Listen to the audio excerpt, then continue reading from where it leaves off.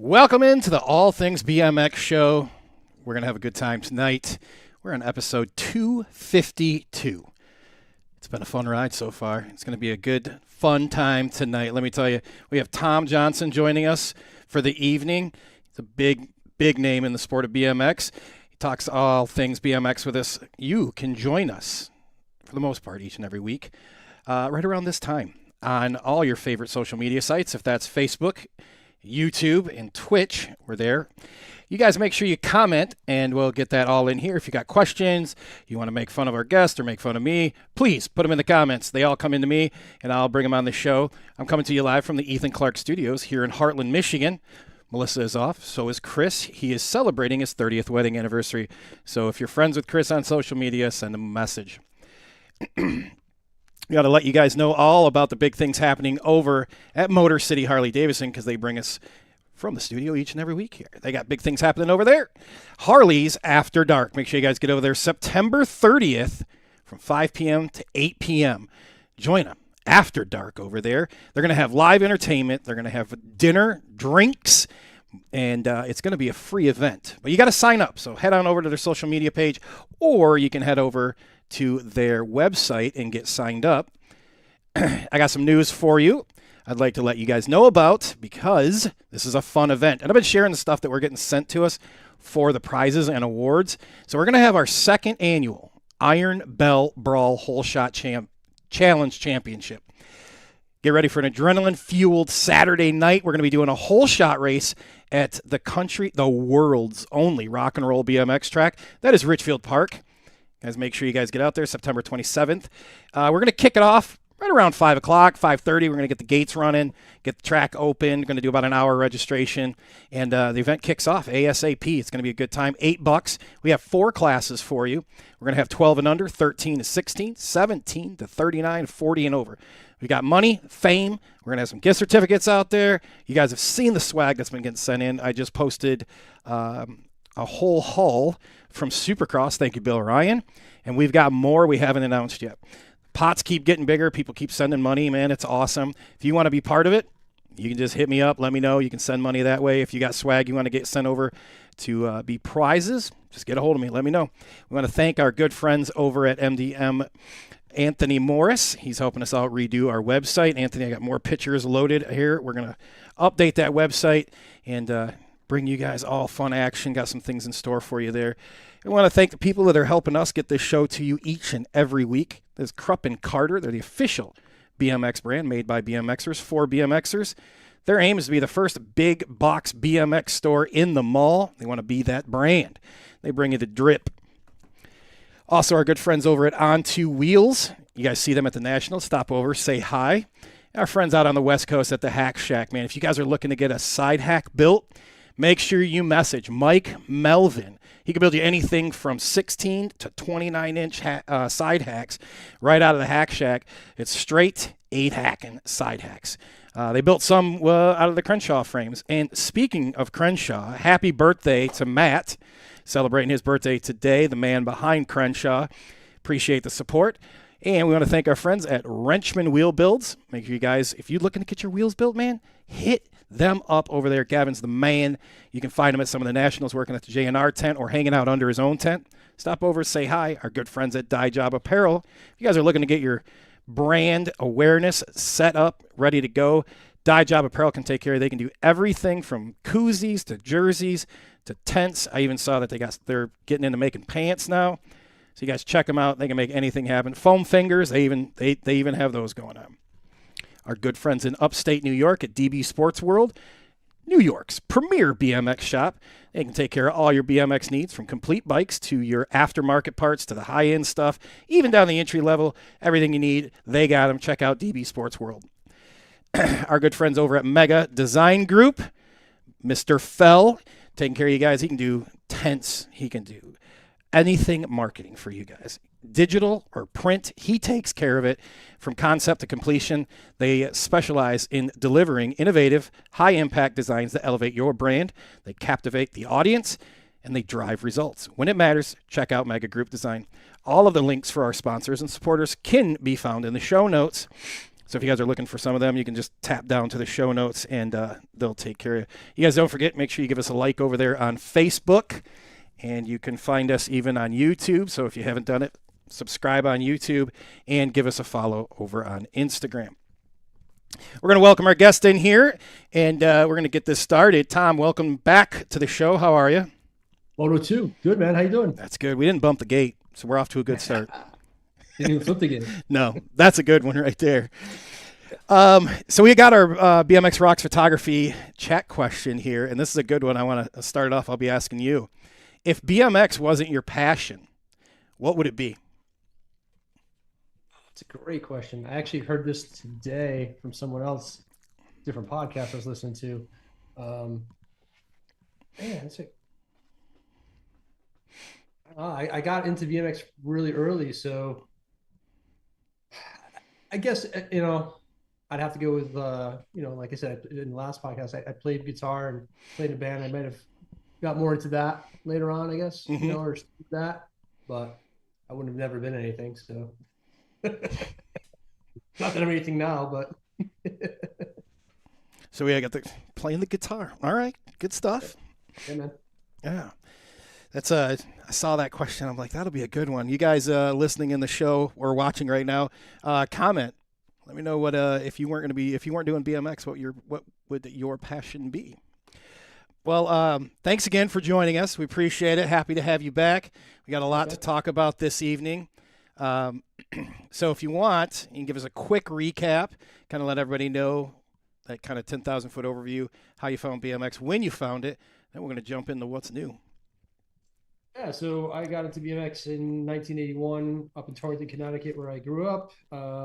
Started racing in 82 and did that for a few years. I think it was 86, 87. Like I said, I started playing guitar, got into a band, and got married in 89 and that sort of thing. So, yeah, I mean, I got back into BMX after having my first kid and got him involved with BMX. So got me back into it and had a couple of other breaks in between there, but been back ever since 2018. So Nice.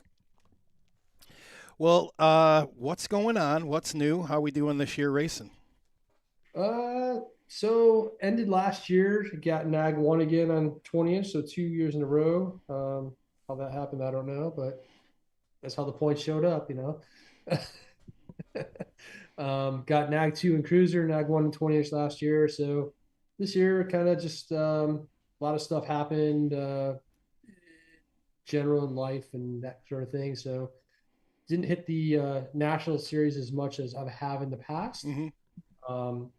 My son is going to college over in Edinburgh right now, and he graduates there this year, and the graduation falls on Thanksgiving week. So I will not be at the Grands this year.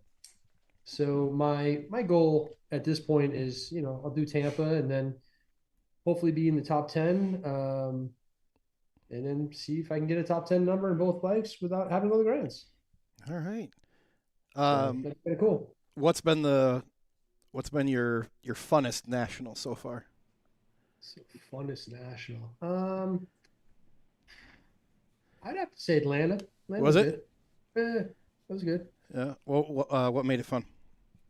So I'm always second guessing myself, and first moto, the guy that won our main last year at the Grands was there, and he actually got nagged too, and good guy and all, and I just I got in the gate going, all right, see where I'm at, and first moto I spun the gate and I'm like, well, I'm out of the water, right? But I've been kind of doing some stuff to work on my second pedal and got the second pedal around, and by the first jump I was leading already, and I'm like, I got this weekend. So it was one of the things in my mind that I was questioning myself, and then after I did that, I'm like, yeah, I got this. So it was fun just for me to realize I have control of what I need to do and Mm-hmm. just get. So You still doing the training? still doing training. I'm working with Travis Turrison still on my end, and Travis has been a huge help in terms of me getting to get that NAG one again last year. So kudos to Travis and thank you. but I've also been doing some stuff locally around here too. Yeah.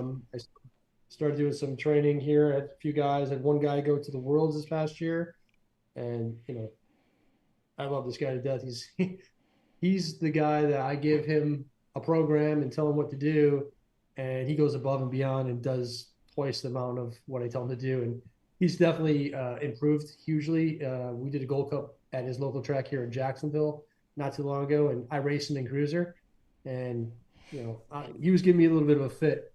So it's kind of cool, man. That's what makes us faster, right? Hmm. We teach people to get faster, and then we get faster. So I had to step up my game since then, and next time I race him, he's gonna be in a world of hurt, but that's all right. Are you doing any remote training, or is it all like person to person? I do some remote stuff. I try to get with the people that I am because they're all down here for the most part. Okay. I try to get with them at least once a month. That's kind of how I've set it up with them. Hmm. Pick a track and meet over there. Um, the team manager for the S Squared Advantage team has reached out to me and Jack Davis and Jack's trained the team a couple times. I've trained them once. I've got a session with them in Tampa at the end of this month. So that's been really cool because the team is awesome. I mean, everybody on that team they got some skilled riders on that team. So it's just fun to be around them and they want to learn. So it's kind of cool. For those that don't know, where is here at where you are? Oh, Florida. I'm in Florida. Okay. And what area? Daytona area. Daytona. Okay. Yeah, yep. So What's I pretty much work in Jacksonville almost every day, but Daytona, St. Augustine, Orlando is kind of my local tracks. Gotcha. So what's your favorite Florida track? I knew you were gonna ask me that. And John Ryan hate me, but I mean I love Daytona, don't get me wrong, but I love Orlando, man. It's just challenging and just you go there and it's you know the best of the best are there, right? Like you get there and it's not name dropping, but you got a lot of fast guys there. Let's put it Hmm. that way. And it's good to get on the gate with them and push yourself and on a challenging track like that with some good jumps and good first straight, it's just fun. So you had said you kind of laid off some of the nationals this year. Did you, with that time that you had from laying off doing as many nationals, did you find yourself doing more maybe regional races, state races, or locals? Yeah, I mean, I did the qualifiers for the Gold Cup, which is this coming weekend. I'll be doing the finals this weekend. That's in Dothan, Alabama. Um, that was fun, but yeah, I was doing more local stuff and like I said before, just really working with people and training them and that sort of thing. That's all. Got a question for you in the chat already. So, Cool. for those of you guys that got questions or comments, or you want to share a story, all you got to do is just put it in the comments wherever you're watching. If you're on YouTube, you're on Twitch, or either the Facebook pages, just put them in there.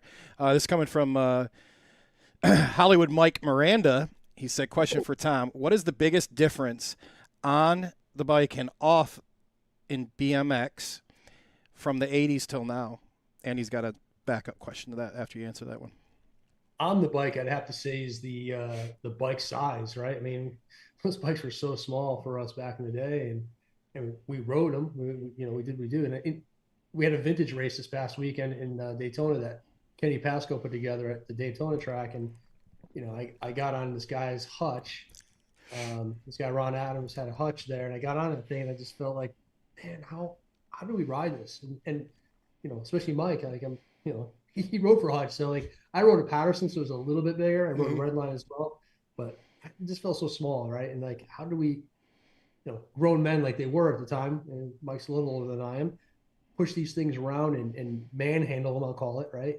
Um, versus the bikes that we have today. I mean, they fit us better, obviously, and able to throw them around a bit. So it's interesting to see where, you know, 30, 40 years from now, from back then, what BMX is going to look like, right? And Right. it's, obviously we got the carbon bikes and all that things have changed now, but what's going to look like 30, 40 years from now? I mean, it's amazing to me that guys like Mike and Eric Carter and they do the Dirty Fest and they ride still and whatnot, and um, guys like myself, Eric Root, that we still ride at our level that we ride at, Mm-hmm. and I think that is the progression of BMX from where it started. If you look at when Mike raced, there was no guys our age that were competitive Mm-hmm. that did what we do now, and it's just kind of transition. Um, to answer Mike's question, off the bike BMX changes, obviously track conditions. We talked about that the last time in terms of what tracks look like and gates, how, you had a gate that was maybe 8 inches tall and 6 man or whatever Mm-hmm. he had, and how got some guy dropped it from behind or that sort of thing. Now we have random gates and it's crazy. Electric gates, it's just, it's progressed quite a bit. And of course we have the supercross tracks as well, and back then they had these downhill tracks were pretty gnarly for the day. I Yeah. mean, I listened to Mike talk about when he first raced and his dad sitting in the second turn and just taking off on him because he wasn't trying. That's pretty cool. It's good stuff. His second part of the question is, what is your favorite vintage BMX family event in Temecula, California that happens in June? Man, I gotta get out there. I actually talked to Gus at Profile. Can we take the trailer out there? Me, him, and John take the trailer out there, and we'll do it, man. And Gus, I don't know if Jim's gonna let me take that trailer out there, so I'm working on it. I'm working. I want to get out there for sure. But yeah, Dirty Fest for sure, man. Melissa and I are too. We're looking at renting one of the trailers for it. I really want to get out there this year. Absolutely. Yeah. So you had said how the bikes were different, right? So one of the guys up here does he does a mid school race series, and so you can get a 2000 and older. It's crazy to take a bike from 2000 and look at a bike from now. Like you think, it's not that much. Ride it. It's wild how different just, a little over 20 years has been. So Rob McAllister, right? Yep. Enamel brand. Mm-hmm. So when we were heading up to Louisville, we stopped at his house, and he had an old school Diamondback, and I got on that thing, and just in his driveway, and I'm like trying to ride this thing, and I'm like, I was looped out just because it's so small, just like how am I gonna ride this thing, It was wild, but yeah, he's got some nice vintage bikes there. He's got a quad angle and whatnot, so it's Mm-hmm. cool to see that sort of thing. I got a comment from Brian Fell mentioning how you pick up people's phones and send messages to people.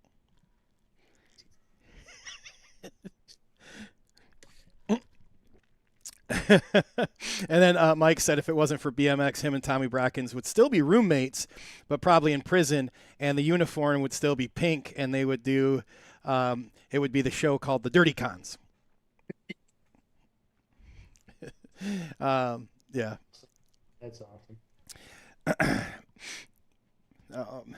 So you're racing pretty. So that you're racing pretty high level. I know you're eased off a little bit this year, but still, to still be in the top 10, even at a casual pace, is impressive, right? Question: how do you first? What's your day job? What's your full time job that pays the bills?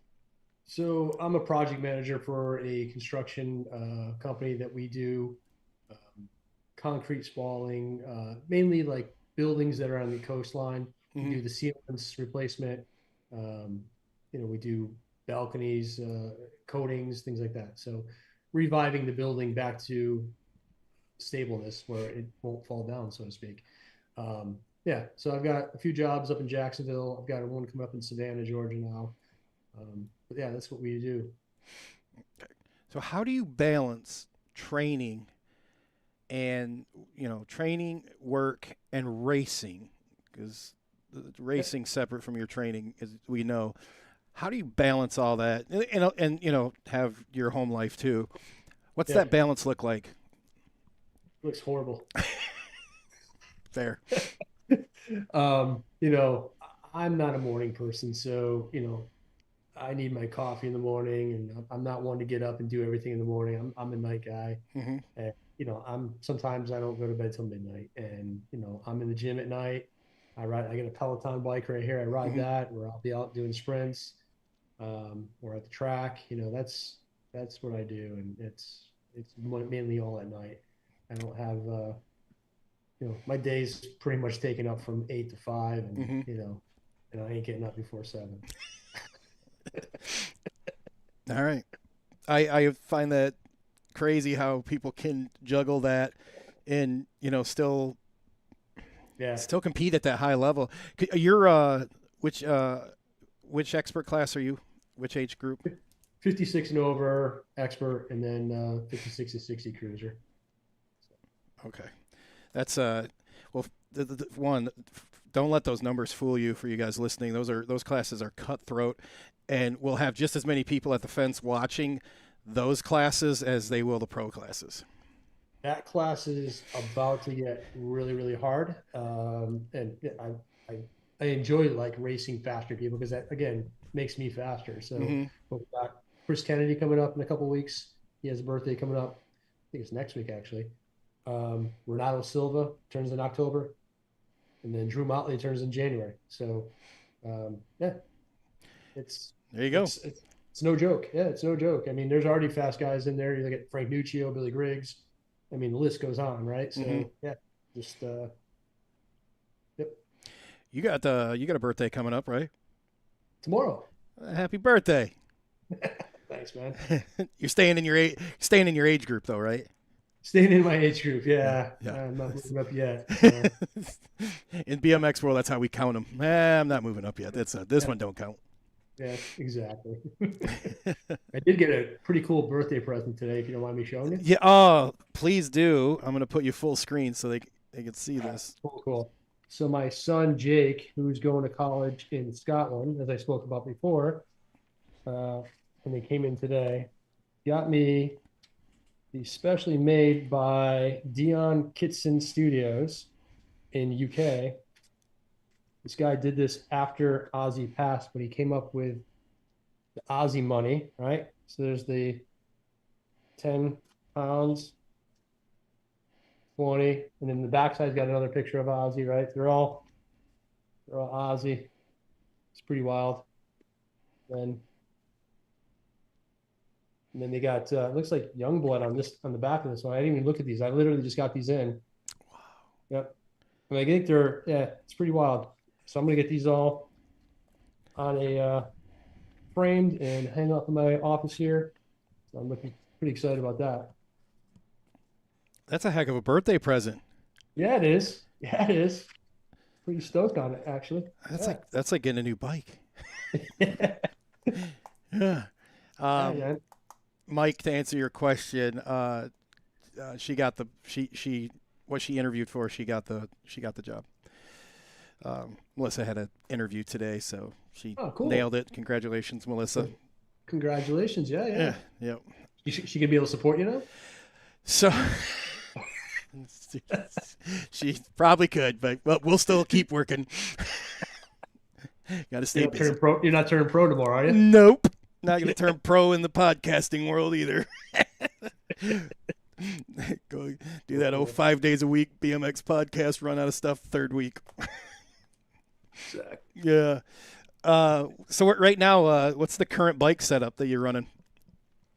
Same as the last time, S squared frame with answer forks, answer brakes, answer wheels, profile stem, profile hubs, profile cranks, profile gear, AME grips. Yeah, it's set up pretty good. I use Tioga tires, hard blocks. Mm-hmm. Like those a lot. So, yeah, that's pretty much the setup. You running the AL cranks? Yes. What do you think of those? I love them. Yeah? We talked about this last time. Yeah. I like them a lot, man. Yeah. Okay. Like them a lot. Good stuff. Yeah. If you checked The out, other thing is I was running 180s in 2023, and then Gus wanted me to run these AL cranks, and he didn't have 180s, so he's like, I got 175. So I'm like, all right. So I've been running 175 since. So they're working for you. yeah, they're fine. Yeah. Honestly, I can't tell the difference, but so I don't know.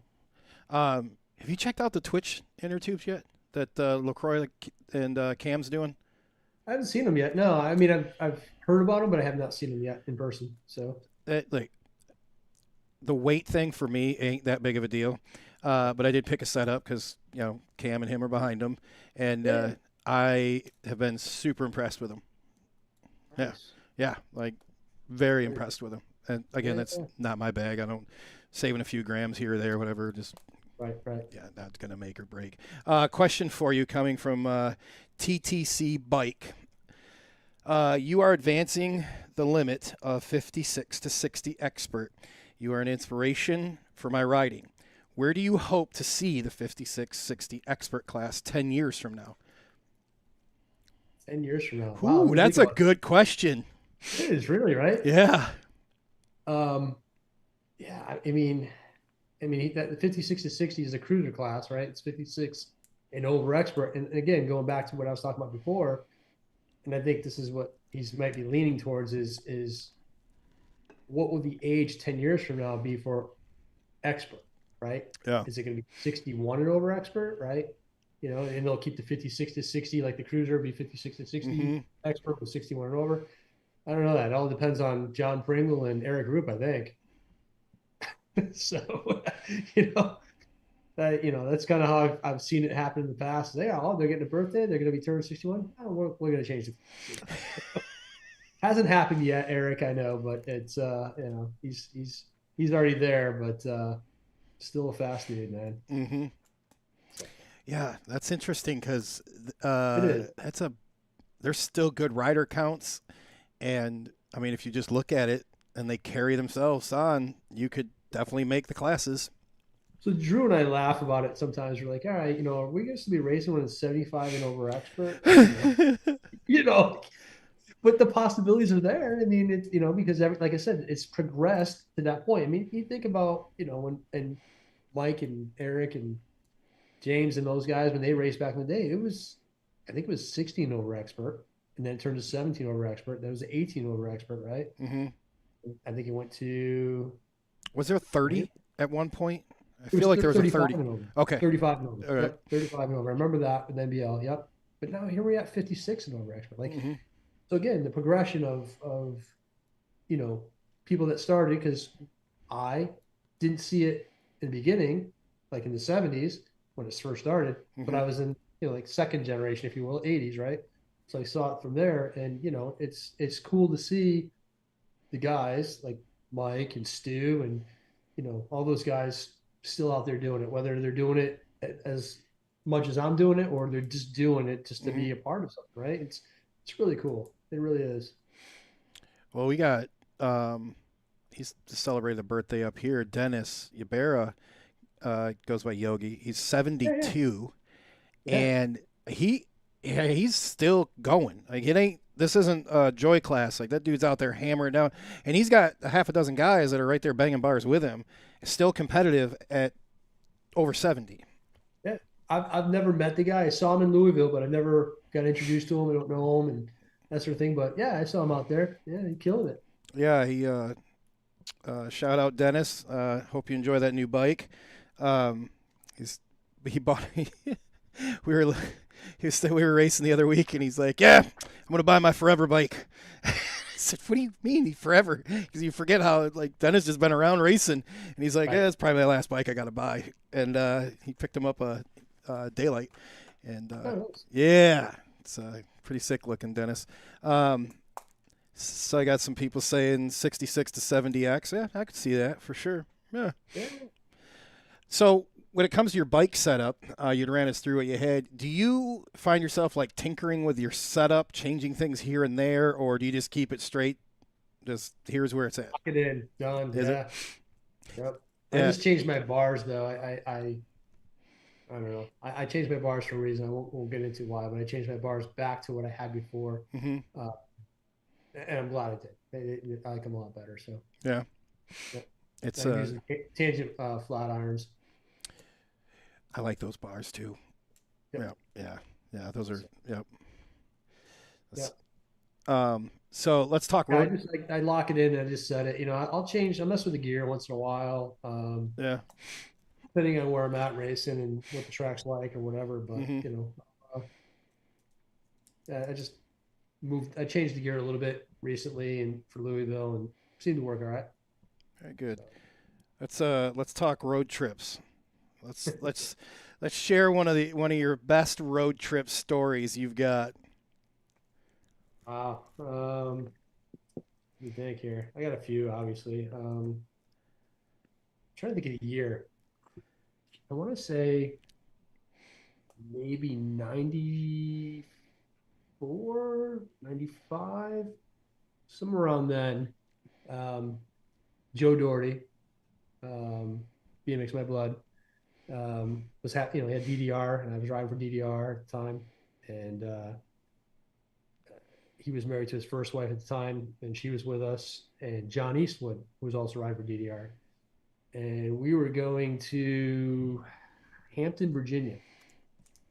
And Joe had just, I mean, maybe it was earlier than that then. It could have been earlier because it was early on when he started working at the plumbing supply that he and I worked at together. And he had just gotten a new company car. And, I don't know if knew he was not supposed to take it out of state or didn't ask or what the details were, but we were going in the company car down to Hampton, Virginia. So bikes are on the back, and we're in Jersey, and he kind of gets off-roaded a little bit, and he does a U-turn, and wasn't supposed to do a U-turn there, and he gets pulled over by a cop. And now he's freaking out because they're going to find out. I'm like, not going to find out. You got the tickets in your name, whatever. So we keep driving. I think we're in Maryland or Delaware, somewhere where the Purdue chicken plant is because it stunk. And we're going through, it's like 2 o'clock in the morning, and we're just going through these roads, and speed limit will be like 55, and then all of a sudden it go through like where the light is, it goes down to 35. Oh, no car, so he's just doing 55. All of a sudden red and blues come on again, and he's getting pulled over, and he's not happy about it, and he's barking pretty good, and the cop comes over, asks him the license, registration, blah blah blah. So cop goes back to his car, and Joe goes, I'm going to go talk to him. So he goes to get out of the car to walk back to the cop, and the cop goes, get, on the speaker, get back in your car, this and that. So, and finally he gets back in the car, and cop comes over and gives him a ticket, and he's rolling up the window, and he's like, I'm not going to curse, but thanks a effing lot, and cop knocks back on the window. I'll see you in my car, boy. Oh boy. The guy had this huge, like, round hat, and so like we're all sitting there like, oh, So Joe comes back, and he goes, hey, Tom, can you drive? He won't let me drive. Yeah, that was a fun trip. Yeah, that was a good trip. But we've had a lot, I've had a lot of good road trips with Joe, and most recently, like I said, with Drew. I traveled with Drew quite a bit. We're going this weekend, like I said, to Dothan. We came back from the Grands with Drew. First year he got a Sprinter van, and 2019 I think it was, and we're driving back, and yeah, it had no heat in that thing, and we had bought these plug-in heaters and put them at our feet with blankets on us while we're driving. It was not a pleasant drive home. So, but I'm sure that's what we do, right? Mm-hmm. I mean, that's I was never on the SE bus, but I imagine there's good stories on that thing too, right? The Dothan track you guys are going to this weekend, Yes, sir. is that the one that crosses over itself, right? Yeah. Circle City. Yep. Have you raced that already? I have. I've been there many times. I love Have that you? track. Okay. Yeah. What? Yeah. Explain that to those. I'll put a picture up though, but kind of like walk us through that, and then like tell us how do you prep like for the race? Well, you can't drop the gate until everybody crosses, right? Right. Yeah. So you're not going to drop the gate real quick over there. So that's nice. But they call Dothan, Alabama, Circle City because there's a big hub of a highway that goes all the way around it. I say highway, it's a big road, but it's a circle. So they call it Circle City. So I think the track incorporated that into the track when they built it. So when you come out of the gate, it's a long first straight, very similar to Nashville's. Kind of downhill for the most part, and then kind of goes uphill. And it goes into a right-hand turn that just keeps turning, and there's a tabletop. The third jump on the first straight is a tabletop. When you come around the corner, it's a step up. There's like a little roller to that tabletop, so you can jump up to the tabletop and jump across it, and then you go into another corner, take a right. But yeah, you're crossing back over that first straight. So it's kind of wild. There it is. Here I got. You got it? Yeah. Let me go here. Yeah. So Travis, the TO there is pretty cool. I've been up there for work over in the Panhandle, and Be like, hey man, I'm gonna be in the area. Can I ride the track? He's like, yeah man, just go do your thing. It's Yeah. open. So you're saying you come down here, here's a turn, you go over this spot, and then you go back over it, and it brings you back around. Yep. Yeah. They had when did they have a pro national there a couple years They ago? did. Yeah, yeah, Yeah, yeah. yeah. Yeah. Okay, I do remember Yep. that now. Yeah, Yep. that looks like a lot of fun. Oh, Yeah. oh, congrats, Ryan. Ryan said he won a national there. Nice job, dude. Oh, nice. Yeah, he said he also echoed that Dothan's awesome. Oh, you know where I saw this too earlier was the captain just did a track ride of it. Yep. Yeah, Yep. check that out. He's got a point of view right from his helmet, I believe, that shows you the track walk there, or track ride. Nice. Yeah. And my first national being on Yes was there. And I was just racing cruiser at the time. This is 2019. And I didn't know what to expect or what to, to start a ride for Yes. And I was riding for standard before that. And um, I won all 3 days, man. I was pretty I was pretty stoked. I'm like, I like this track. Had nothing to do with what I did. I like the track. The track made me fast, right? Uh, so It's kind of you've had like right now you ride Amy, you ride S Square Profile, and what was some of the other? What are some of your other sponsors? so Shadow riding gear, Hmm. Greg Lantho over at Shadow.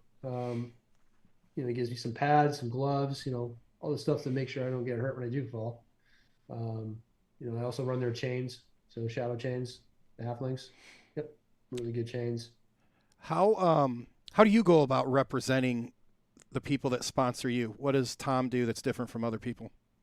I don't think I do anything different other than wear the merch. I got the hat, the shirt, and but I do posts and stuff that um, give shout outs that way, and I try to promote it at the track too. When I go to the track, I mean, that's what I remember as a kid. Like going to see the pros at Meriden National. I lived in Connecticut or Guilford, Connecticut, Hmm. and go there. They were always promoting their products. Like hey, Brent and Brian Patterson, I'd see them in the magazines, right? And nowadays, we're limited to one magazine, right? But back in the day, we had like 3 or 4 magazines that we can go through, and you'd see these pros, but you'd have to wait a whole month to see these guys, Yeah. and you're kind of in awe. As a kid, I was in awe, like looking at these guys, going, wow, this. And I'd study everything on their bike just in the magazines, and like, oh, I gotta have that, I gotta have this, and yeah, I just, I think today I try to do that at the track, and Hmm. so it's like, hey, what can I do to make my bike better? I'm like, well, here's some AME grips, I'll give them a pair of grips. I said, try these out and see if you like them. If you do, keep getting them. Um, but I represent S squared and try to, tell the kids because honestly, I think the bikes are awesome. Hmm. Um, yeah, I love the S squared bikes. I love the profile stuff that I run. I've not had any problems with any of my gear at all. Hmm. And straight up, I just think that's the best stuff. Yeah. Nice. I do have a couple other sponsors that I'd like to bring up. Yeah. One, I think we talked about it last time, Van Cleef Media, which is my son Jake. It's his company, and he does a lot with AI and stuff like that. So he's been killing it with his stuff that he's doing with that too, and I just can't wait to see what stuff he's going to be doing when he gets out of college here to really grow his business. But I also want to thank Ronnie Anderson. You know. Uh, Gardens. So he's been a great supporter of me and getting Ag One and stuff and kind of a sounding board in the background for me to keep plugging away at it and doing my thing. So I understand he's got some big things coming up too. So I'm waiting to see what he's got going on, but it's exciting. Yeah. Your time in the sport, right? What in like your all the time you've had in BMX? What's one of the biggest misconceptions people have of BMX that you yourself have experienced? I think pretty much what everybody experiences based upon, the Dave Mira and Matt Hoffman days. Oh, you do backflips and 360 backflips and, the thing. I'm like, no. And then, no, yeah, no, they think you all do that freestyle stuff. I mean, I can jump and, but I'm not a big trick star by any means. Hmm. I Jump did.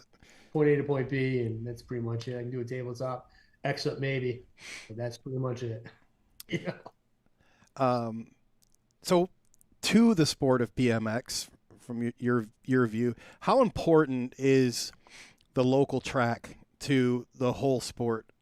Whether you're going That's to do national, worlds, like for you, this is your take on it. sure. Yeah, yeah. Yeah, how important is that? I think it's it's where the building block starts, right? I mean, Mm-hmm. that's where you start and to continue to go back to the roots.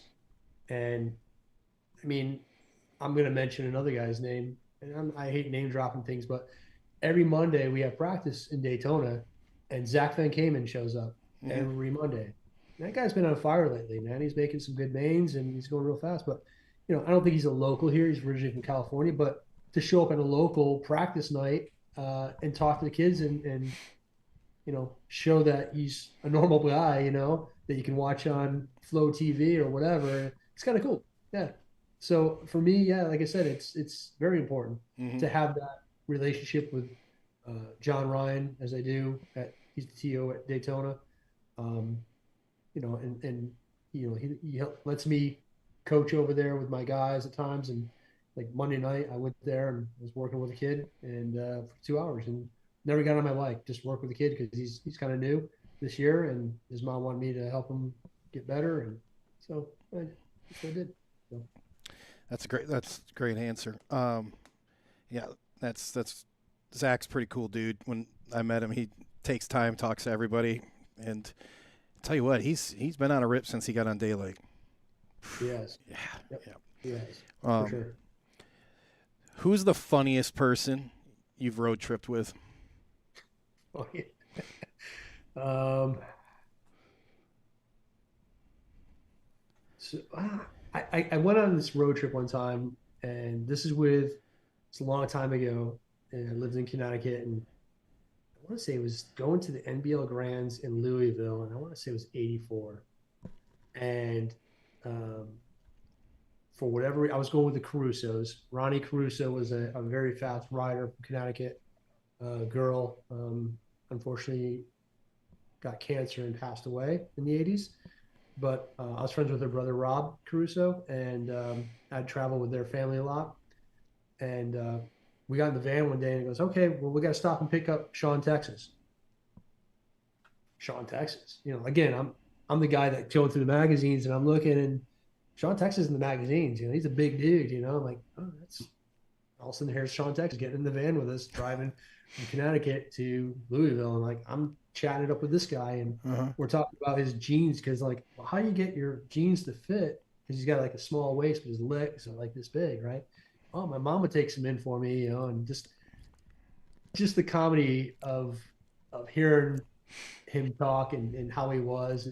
That was pretty cool, and just to understand that pros back then are just human beings as well. They're like I said, I looked at the magazines, but that helped me understand. There's normal guys and they're fun too. But that was a fun time with Rob. We had a lot of good laughs. There's some other things that happened on that trip that we could talk offline about, but I don't think I can say it online if there's little kids on here. You know what I'm saying? So, um, but it required me having to go to the hospital because of a girl I was dating at the time. We'll just leave it there. Oh man, this. Oh yeah. Uh, So, great. Yeah, man, it was just crazy times, man. Crazy time, fun time. So, but yeah, it's always fun with Drew, man. Drew's he has dry humor sometimes, but you've got to see through it because he's pretty damn funny. Concur. Have you had him on the show yet? No, I've had his bride, and actually I think she's been on twice, and yeah, just waiting for him. That's all. Oh yeah, yeah. So I got some people popping in the chat here. Dave D'Ortonia popped in, said hello. Thanks for joining, Dave. Actually, the Shelly and Chris are tuning in from the ship. They're in St. Martin in the Caribbean right now. Thanks for tuning in, you guys. Appreciate it, and happy anniversary. Ryan Baumgartner's joining us, and we have Sean Gifford, Mike Miranda, Ken Kellogg. Thanks for tuning in. Mark Scott, TTC Bikes. Also, Brian Fell. He wanted to remind you that you also have a mega sticker on your bike, too. And the mega hat. Got my mega hat over there, so yeah. Rick Carter's tuning in, too. Thank you guys all for joining in. Sorry if I missed anybody. You guys got questions? Yes, it would probably, Ryan, I would say it was probably a trip for some antibiotics. That would be my guess. You guys got questions, comments, put them in where you're watching at. Scott Lachansky, thank you for joining. We appreciate it. Again, you guys got questions, comments, go ahead, throw them in the comment sections, and they'll come through here, and I can ask or relay them along. So you guys had a big weekend down there with the Florida Hall of Fame. Yeah, I wasn't there. Brian was there. I know he got inducted, and that was pretty rad. Yeah, a lot of cool people down there. I saw a lot of pictures, and BJ Gant. Yeah, a lot of people. P. Peters that you had last week. Yep, pretty cool. Man, I was looking through some of the pictures. I was like, wow, we've had the majority of these people on the show, which is pretty awesome. It is. So your point of view, like how do you feel about the Hall of Fame down there? And they doing things right? What would you do if there was one thing you could change after you tell us your overall view of it? Like, what would you change if you had one thing you could change with it? Overall view, I think it's pretty cool. I mean, it's cool to see TC and Big E there, and like I said, I raced those guys back in the day, as I stated before, and just I think it's a lot of people. Oh, Tom, you locked up on me. Hold on here. Yeah, making up for lost time, I think. But yeah, I think it's cool. I think it's really cool. I think there's a lot more people that should be in there. Moving forward, I would say Eric Avendesa should be in there. So there's a lot of good guys. Like a lot of fast guys. So. Yeah. Maybe not change. What would you, if you could do one thing and add to it? What would it be? I don't know. It's all right. I don't know if I change anything. Yeah, I don't know if I change anything. I know they got a solid group behind it. Yeah, it's it's exciting to hear their plans too. Like what their end goal is. That would be. I'd love to see someone wave a wand and just get them that end goal, the building, and have the real, a tangible. Absolutely. That'd be kind of cool to have a building. Yeah. Does Texas have a building? I don't even know. I know they have a Hall of Fame, but do they have a building? Great question. If anyone in the chat knows, please answer. I think Cash Matthews does the Oklahoma one, I think, right? Yep. So I don't know if they have a building or not, but yeah. It's that's pretty neat though, seeing like Florida, the success of Texas and Oklahoma's, but also like Arizona got one going, and we're working on one here in Michigan. We're really in the early stages, getting things set around, but it's exciting to see so many other states doing this. Illinois is doing one. I'm gonna forget George's last name right now. He's spearheading that program up there, and just neat to see that because we haven't had it.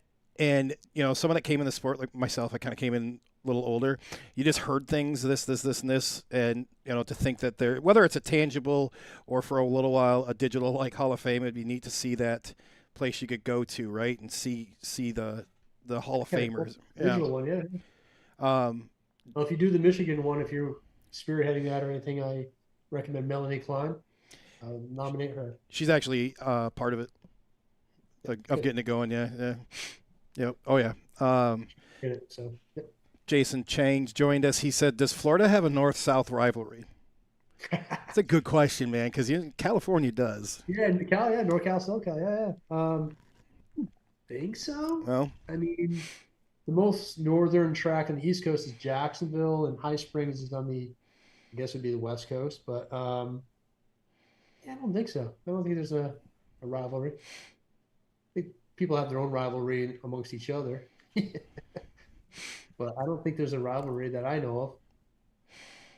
I can't say I've heard anyone talk about it either. Yeah, I've never heard of it. Interesting. Here's an interesting one. So we're going to look at the current state of BMX as a whole. What's going good? Fire away. Going down this road, are we? Yeah, because this kind of came from I was part of a show over the weekend, and I was like, I want to ask Tom this question. What's going good in BMX?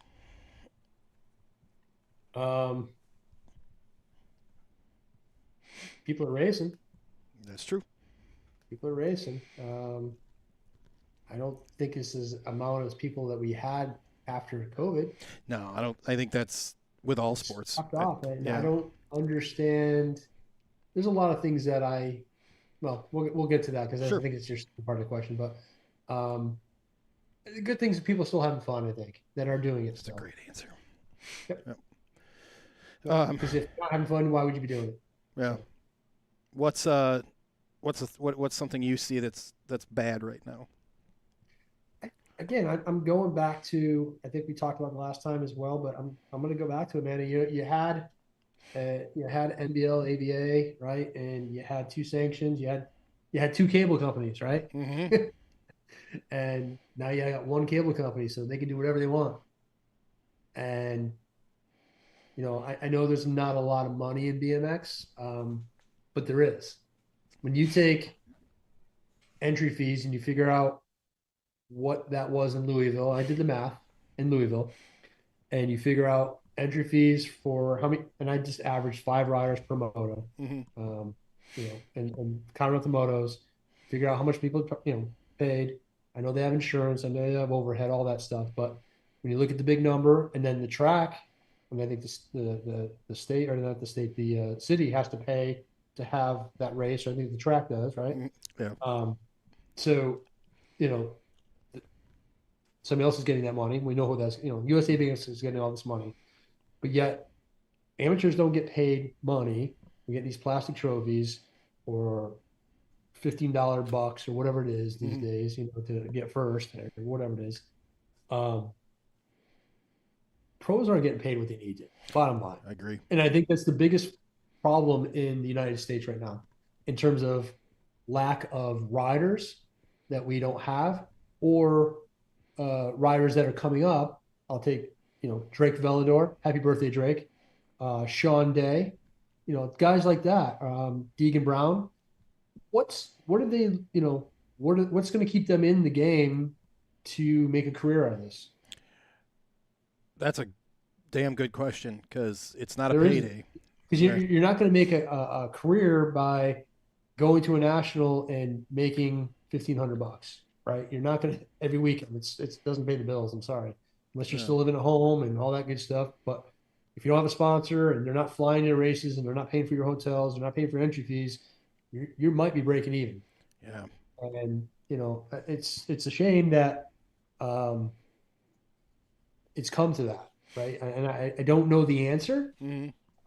I think I mentioned it before, and I'll say what I would do, but I know Nick Long does the Dash for Cash thing for the guys, Mm-hmm. for the brands, which is awesome. But man, if USA BMX could hire Nick, or someone like Nick, to go out there and represent USA BMX and be their liaison to market and bring in corporate sponsors to get that money to pay the pros, if USA BMX is even interested in doing that, Mm-hmm. then that would help, right? That would be awesome, and it'd be great for Flow TV. Okay, we've got Ford Trucks as our sponsor. Making this up, but Mm-hmm. it would be kind of cool, and um, I think there's a lack there. I think there's a lack of, they're happy with what they got. We got 230 motos at Louisville, and most of that is amateurs, and we're getting all that money, and all we're giving them is these plastic trophies, and we get to collect all this money, right? Mm-hmm. I say a lot of money. It is a lot of money. I mean, with what I added up that weekend, it was a lot of money. Mm-hmm. But again, I know you have expenses. You got these big tractor trailers they got to bring Yeah. in, all that stuff. But it's, I think at the end of the day, they're doing quite well being USA BMX. Mm-hmm. But I don't see what they're giving back. Yeah. I know they have the Hall of Fame there, and it's awesome that they have that, and they have that huge building, and they have the track there. It's awesome. It's great, and I commend them on that. But if they go back in history and look at what pros made, I remember Romero winning a race, NBL race, and Bob Tedesco coming out with a suitcase of $5,000 and handing it to him as a mid season race. It was part of he was leading the points then, so he got $5,000 for leading the points mid race, mid season, I should say. This is the '90s. Um, I don't know what the answer is. That's my take on it.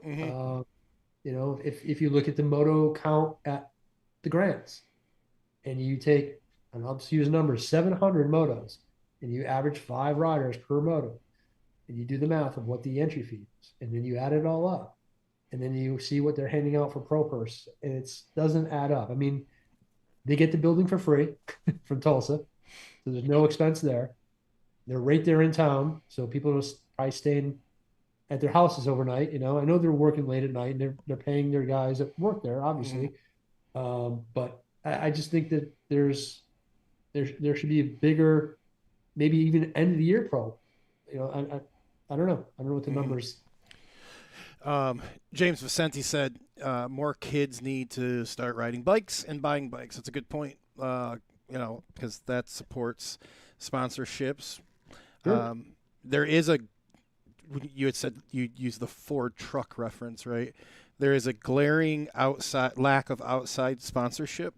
I feel Flow is a step in the right direction with that. Whether they partnered with them, they're pairing them, or they're paying them, or they're getting paid by them. Irrelevant. It's still somewhat, more than what we had. And so when I looked into that Flow, and I don't know if you might know more about this than I do, but sure. When I looked into that Flow, it's only the pro races. Yep. And it's $180 for the year. Mm-hmm. That doesn't add up either for me. Yeah. Especially when you can watch it 3 days later for free on YouTube. Right. I think there's a glitch there as well, if you will. Yeah. I kind of looked at it and these aren't the same prices. So I kind of look at it like Peacock, right? So, I buy Peacock for Supercross and the motocross races. That's it. Okay. Yep. And I felt like when they rolled Flow out, again, this is before anyone was really talking about it. Just the articles, they were like, yeah, we're going to do Flow. I was like, oh, that's kind of the thing. Right. But it's a lot more because my Peacock's like $9, $11 or something, Exactly. It's and it doesn't, like me, it's like, oh, I missed it. I can go back and watch it just like you can on Flow. And there's all the other content that Peacock has, right? So we're big fans of Live PD. We'll watch that show. Now on Flow, like Rick from Beer Budget, there's automobile racing that he likes to watch. So that's good. That's a plus, right? That's a reason.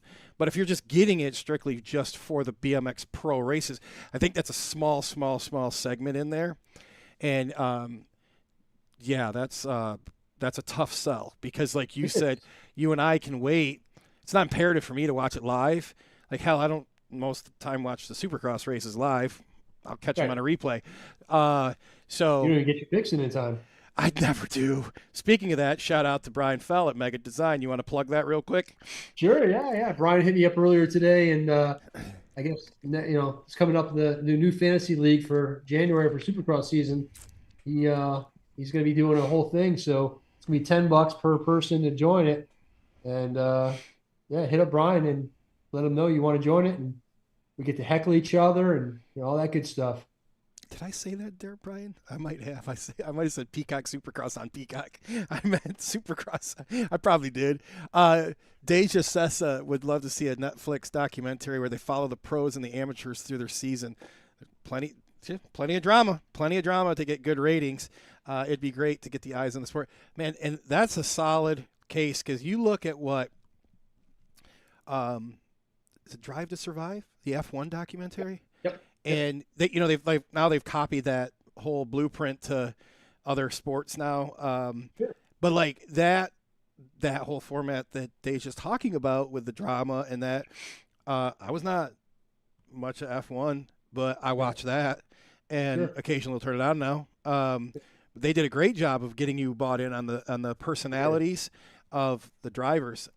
Yep. Um, Absolutely. yeah, I like it. yeah, Fell's got a good point, and I think Fell and I've even talked about this is where um, you could definitely do like the following the pros around in Florida, and probably keep costs minimal because so Yeah. many pros live and train there.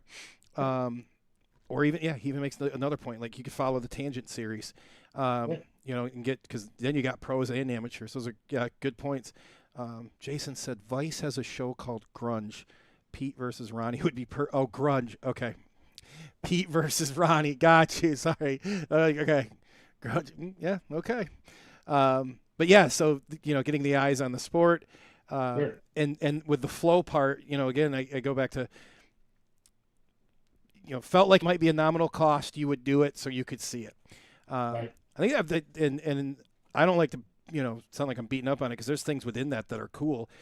I Yeah. think the Yeah. biggest hurdle right now is that barrier of entry of the cost. Because what else is on there? You do get to catch the World Cups, but there's only 6 stops now. So what's the other, what's the other stuff you might catch or watch the content on there that would justify that cost? Where $9 or whatever it is now for Peacock is pretty fair. Yeah. I mean, with our sport being, of course, we have professionals that are in the Olympics, right? Hmm. But it's more geared towards a younger crowd, Yep. right? So, um, looking at that and trying to get, okay, who should they market to, right? Is it Lego? I'm just making things Hmm. up here, but you know, things that when should we used to have cartoons in Saturday mornings, right? So if you did a commercial during that about BMX, man, Oh imagine how yeah. cool that would be. But we don't have that anymore, right? So it's I'm just trying to think outside the box. I know the Mulligans up in Long Island, which is Stu's parents. They, when they ran the track up there, Shoreham, they would go and do an ad at the movie theater. Yeah, I've heard tracks look into that actually. Yeah. Yeah, yeah, and that was kind of cool. And it would target younger kids, like to Yeah. kid movies, right? So it'd be show that kid be like, oh, I want to do that. That's kind Yeah. of cool, right? And I think they got a lot of good feedback on that. I feel like one of them here in Michigan did that. If somebody remembers, put it in the chat for me. Um, yeah, because that's a pretty targeted group right there. Because you find the theater by your track, and you're advertising your track, and the Yeah. asses that are sitting in that seat live in that area. So Yep. whatever movie you'd find it, some teenage movie or kids movie, there you go. Yeah. Um, that's all right. I'm just catching up here in the chat real quick, guys. So it's one-on-one tonight, guys. Okay, we're doing this. Bill Sharp, thanks for joining. Appreciate you joining in here. Deja, again, thanks for the comment on there about the Netflix documentary. Good stuff there. Um, something that when because we talk about the pros getting paid, and there's been a lot of talk about this with United States Cycling, right? Is you see the other pros in other countries that are getting paid by their committees, whether it's the federation, the country, Federations. Yep. or Yep. their Olympic committee, and Sure. it's so broken It here is. It that is. you think like like a Joris, like he's getting a paycheck from France somewhere, right? I think Maris still does from winning the Yeah. Olympics 2 times. Hmm. And good for him. That's awesome. Yeah, Uh, I've heard like upwards to like $1 million or something like that a year because he Something got crazy. gold or something. He was the first person to get gold, some crazy thing like that. He's a rock star though. Oh yeah. I saw a video about him like getting off the plane going home to visit family, and there's still like the paparazzi there. Yeah, I think Mariana Pajon, same thing with her Yep. in Colombia. Same thing. Yep. Yeah, and that's a tough thing because we do know BMX. It's a small sport globally, but if you have your pros being carried by the paychecks of the federation they're representing, that takes a lot of sponsors, right? It does. You know, Yep. uh, yeah, that's true. School engagement's the best way to bring your young riders in. Unfortunately, it usually just at the local level. Yep. And I did get clarification. There was the track up here, Waterford Oaks. They put an ad in front of the Rad movie. Oh, cool. I might pick a different movie, being that Rad was probably full of BMX nerds, which it was because I was there with Tim. Yeah, I got Paul Lingard, one of our local guys here, brought me. We went to watch that this year together, so that's kind of cool. Dude, Yeah. how funny is it? It starts and it's still a ratty sound because they've never been able to digitize the sound. It added so much to it. It's you need to go see it in the theater. I'm glad I went. I knocked it pretty bad because I'm like, dude, it's rad, but it was a lot of fun. Absolutely. Yeah, yeah. No, I got it on DVD, man. Yeah. It's on DVD in the same format of VHS. It's a wild. Yeah, good point. It's anything's a good start. He's getting them in. So yeah, back to the federation part. You know, they carry that the you know their salaries sort of say, you know, and it eases it up for like a tangent, right? Like they're not paying. They don't have to try to come off all that money for that salary, right? Yeah. Yeah, like I said before, with the younger riders these days, 1720s, right? I mean, Mm-hmm. how many 1720s that are out there right now? You take the top 10 guys, and they can turn pro tomorrow. Mm-hmm. And I would have to say at least three of them are probably going to make the main. You know what Mm-hmm. I'm saying? And it's a shame that, again, like you say, the Federation, being United States, if that's what if we're talking about, doesn't recognize the talents that we Yeah. do have in the amateur portion of it. And I know, UCI is doing the U23 thing and Mm-hmm. that, but there's got to be some kind of a building block for these guys to get to that next level and have some backing to do so. Yeah. And I know France, if you want to race BMX in France as a kid and you've never done it before, it's my understanding from what I've heard is you have to join a club Yep. and you work with a coach for a certain amount of time Mm-hmm. and they tell you when you're going to start racing. Yep. But you ride, you train and ride on the track with the coach until he feels you're ready to Yeah. race. Yeah, it's like it's a club format, so you Yeah, right. train with your club. Your club has the Yeah, coach, and actually yeah, it's a slick process because your club then chooses your pros or pro or pros, yeah, and your association or monthly dues that you pay for your club track, they get a cut of that. So you're supporting the your pros yeah. that way. You're supporting your track and your facility, and then you don't go to nationals either until you've earned your way to the nationals. Correct. Uh, and I think that's a pretty slick process there. I mean, granted, I think it's, Seems to be working for him over in France it at sure least. does. Sure does. Isn't hurting at all. Uh, Yeah. don't get me wrong. I think we have a neat thing where, if a guy wants to he does a BMX club, whatever, and, loves the sport, he can go a week later and sign up at a national and give her a whirl. There's pluses and minuses with that, because I know we could go down that road of I don't need to be beginner classes at nationals, and then there does and there doesn't. We've talked that one. um, so here's one for you. You're getting ready to line up. It's your dream lineup for a race. Okay, you're getting ready to load in the chute. Who's on the gate with you? You can pick anybody, Really? past and present, even future. Like my age, or doesn't matter who Doesn't it matter. Like, who do you want to get in there and race with? is? Stu Thompson. Nice pick. I'm going to pick Eric Rook because I've already raced him, but I get him on the gate again. I'd like to race him again. All right. Um, Ronnie Anderson. Oh, there'd be okay. Like to race Ronnie. Richie. I'll take his brother too. All Yeah, right. that's cool. I mean that. There's four, so I need three more, right? Yeah. Or two more. No, three more. Three more. Yeah. Three more. Um,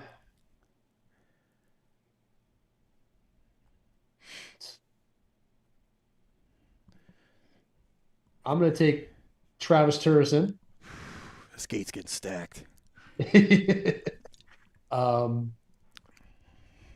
I'll take Connor Fields. All right. I was wondering when we were going to get the new Yeah, one. I'm going through the Yeah. Um, Last one. last one. Thank here. Take Nick Long. There's a solid gate. That's a good one. Yeah, Yeah. yeah. I'm getting last though, but it's all right. Depends on what bikes they're on, right? Yeah, yeah, If they got exactly. to race their era bikes, you Oh, definitely have geez, an yeah, advantage. I'm set then. If I'm fucking my error and this is me, then all right, cool, I'm good. Yeah. We're gonna do trivia, man. And I got a good one here. So let me go here real quick. I want to say thanks to the good people over at Krupp and Carter for sponsoring our trivia segment. Well, this is off this week, so I'm taking care of the trivia for you. And we got a nice little swag bag here that's going to be going out. So Justin, I'd like to whoever wins the trivia, Mm-hmm. I'll send them a S squared, one of my jerseys signed. Just they reach out to me and I will mail it to them. Quick question. You got an extra one we could hang up over Pringle's jersey back there?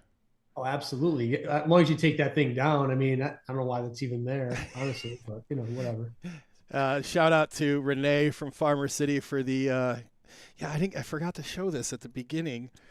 She knows I'm a collector of rare, weird BMX stuff here. So she sent me the nation has joined Team Gas. Gary Ericott sucks shirts. And if you guys remember, Gary was one that took over the NVL and promptly nosedive and bankrupted.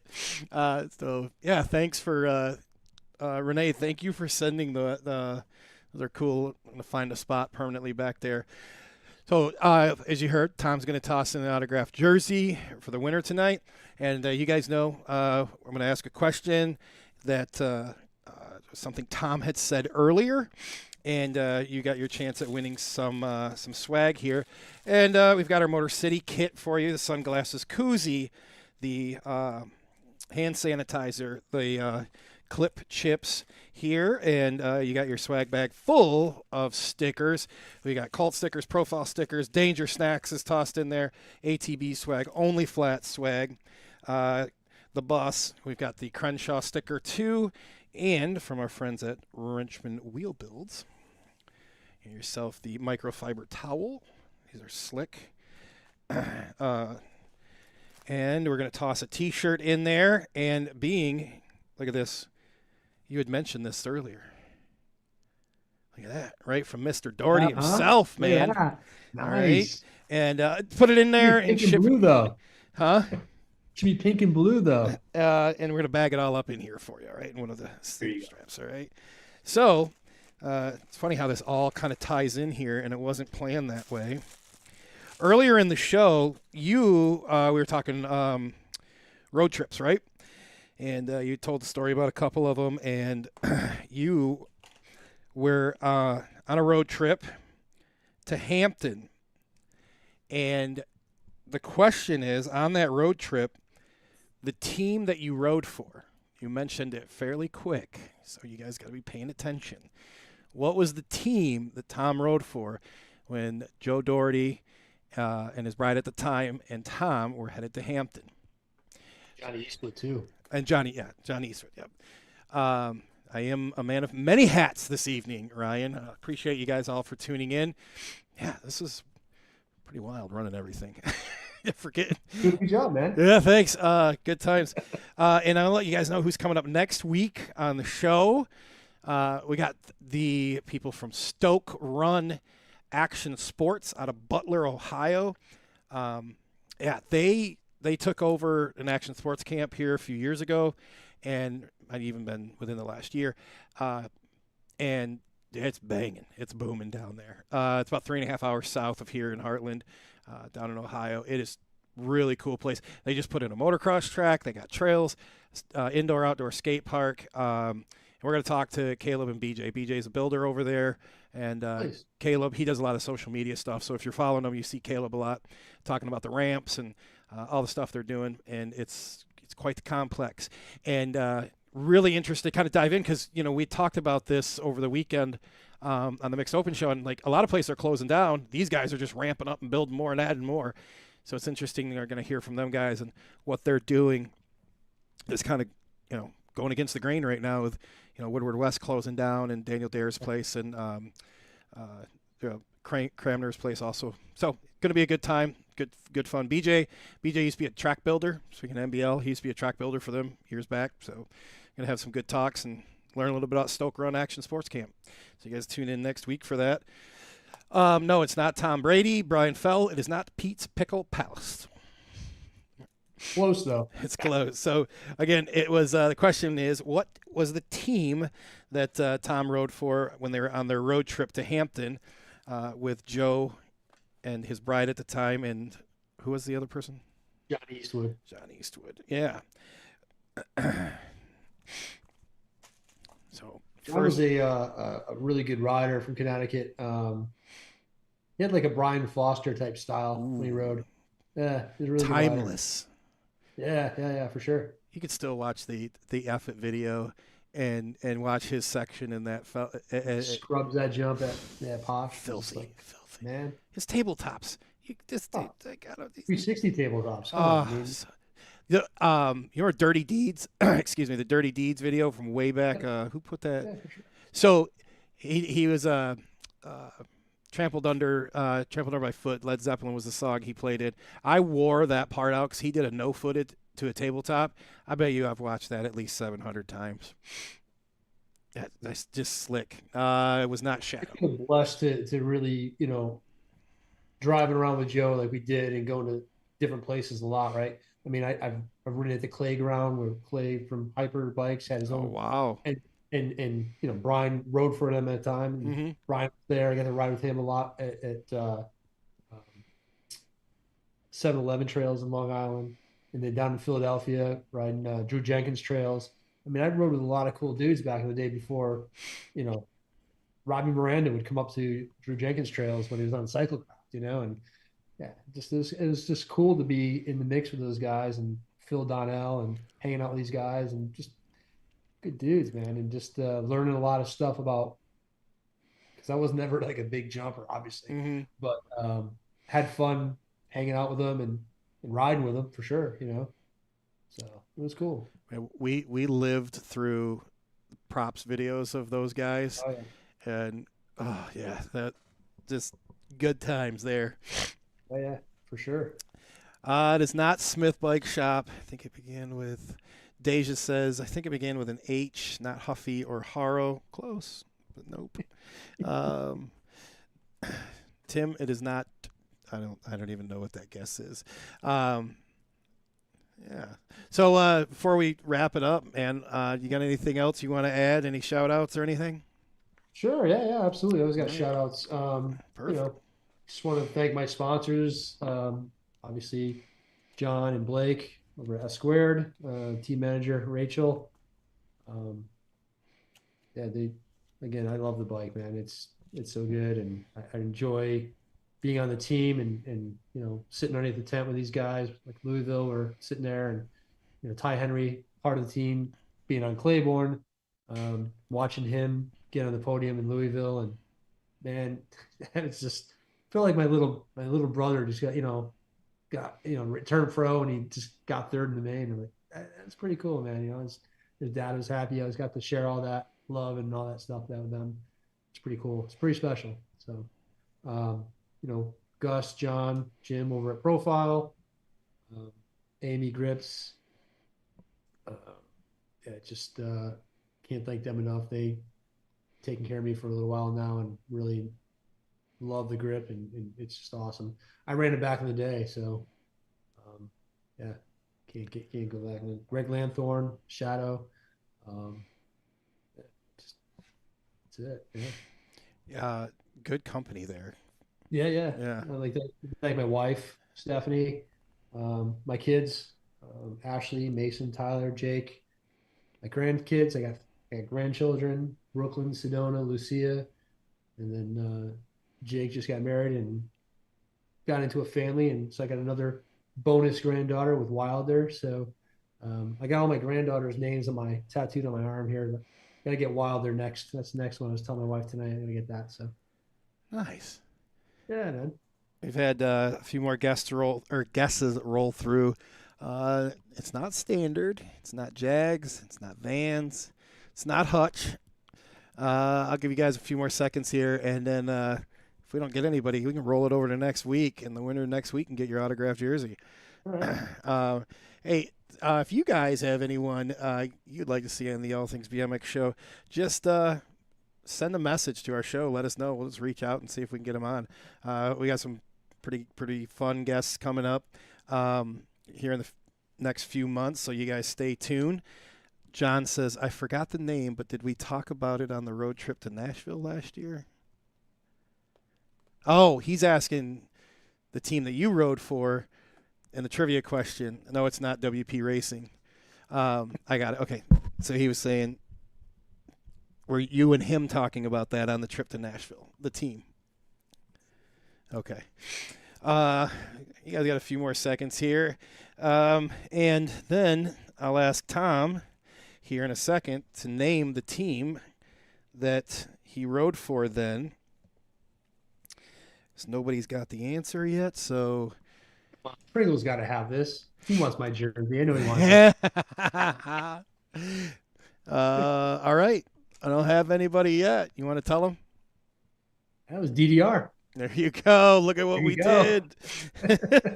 It was DDR. If you guys are listening on the podcast, the T-shirt is a DDR T-shirt that we have up for trivia. So I bet Joe would have said it if he wasn't racing at Bethel tonight. Man, isn't that series he does out there with the side hacks and all that? That dude's hustling, making all kinds of fun happen at his local. Yeah, they have a good time up there. I mean, Yeah. Gambos and Donnie Olson and that whole Connecticut crew, man, they do it right. They really do. You know, I kind of miss the tracks and miss the people, but I don't miss the season being over as it is up there already. And our season's just getting started, you know, so it's kind of cool. Yeah. But no, it's, you know, good to see Matt Dallas back. Matt's coming back now. Really fast people up there. So. Yeah. Yep. And his home track is so awesome. I got to ride that some years back. That, which one? Oh, Foothills? Wait, no. Or Bethel. Sorry, not Bethel. Okay. Yep. Man, that one is just how it winds through the woods, kind of. When We used to have NBL pro races there. Like, it was awesome. Woo! Yeah. That track. When was I there? About 10 years ago, I think I was there, and that's long first straight with them long jumps, and then like lots of turns. You know, that would be a fun one to watch the pros race on. Yeah, that was good. Yep. It was really good. Well, thanks again for coming in. We'll catch up and have you back on here. We'll do it again. Thanks for having me, man. Appreciate it. No problem. And thanks for everyone for tuning in and those listening on the podcast afterwards. We appreciate you guys. Don't forget, you can subscribe to the podcast and it automatically downloads for you at your favorite podcast sites. We're on all of them. Or you can watch us live each and every week on YouTube and Facebook and over on Twitch. We appreciate you guys for tuning in. Be safe. God bless.